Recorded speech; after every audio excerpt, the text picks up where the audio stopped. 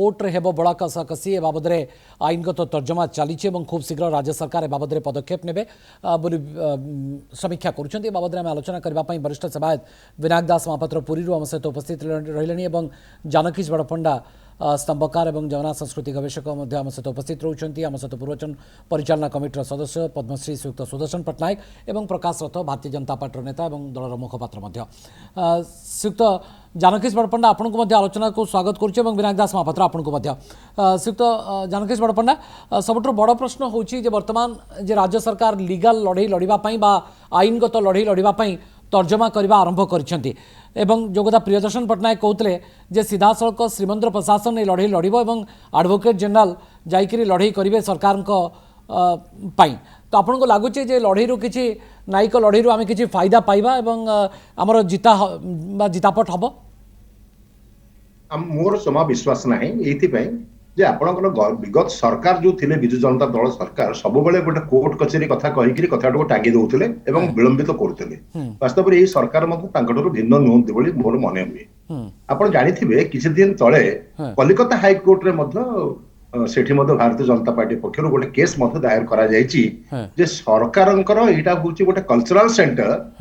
जोटा सांस्कृतिक केन्द्र सरकारी अर्थ प्रस्तुत कर भाव में धाम है एवं सेठिकी जो माने समस्ते डोनेशन देबे सेडा सब टैक्स आपनकर एग्जेम्पशन पाइबो कि नाही इत्यादि को लेकिन गोटे केस कराई एवं सेटा को ऑनरेबल हाई कोर्ट कोलकाता ताको मध्य ग्रहण करछन्ती विचार करिया आपण जानिथिबे। वर्तमान ओडिशा सरकार जो कथा कहउछन्ती एगुडी को होउची निजे निपारिबा पणियार इसु घटना घटुची। मु जानि पारुनी हमर जो माने समस्ते सेवायत बंधु माने अछन्ती सेमानक भितरु जो माने सी ट्रस्ट रे सभ्य अछन्ती से माने तुरंत काहे कि इस्तीफा दउ नाहंती। जो रेजिस्टरिंग अथॉरिटी जो कोलकाता रे बा जोठी आपण रजिस्ट्रेशन हेची से मानन को चिठी लिखिकरी से मान दे देवा कथा सेतुर से मान उहरी आसीबार आवश्यकता अछि। ताको चेयरमैन को मध्य से चिठी लिखिबार आवश्यकता अछि। एटा त हम हाते अछि हम प्रथम करबा सेटा काहे कि हम कॉलेज करी नाही। द्वितीय कथा होची जोठी सब विभिन्न समय आपण देखंतु हमर एठी ओडिशा सरकार गोटे योजना करथिले ताना देथिले अबडा करा जाईछि आपनकर विभिन्न ना रे मध्य धाम रे मध्य करा जाईछि। से गोटे कल्चरल सेंटर रे ता ना से माने कोन देबे धाम देबे एवं सेठी गोटे प्रतीकात्मक भाव में गोटे जगन्नाथ मूर्ति रखिए एमती किसी गोटे अपराध नुहे जोटा कि आम ग्रहण कर मोर प्रश्न जे पुरी आपनकर जो श्रीक्षेत्र पुरी जोटा कि आपनकर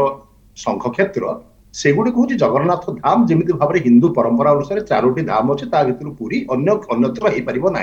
कि आम अन्यत्र हो पार ना शंकराचार्य मत ही श्रेष्ठ और ग्रहणीय एकमात्र तेणु से कथाटा ही मान्यवर कोर्ट मैंने ग्रहण करेंगे।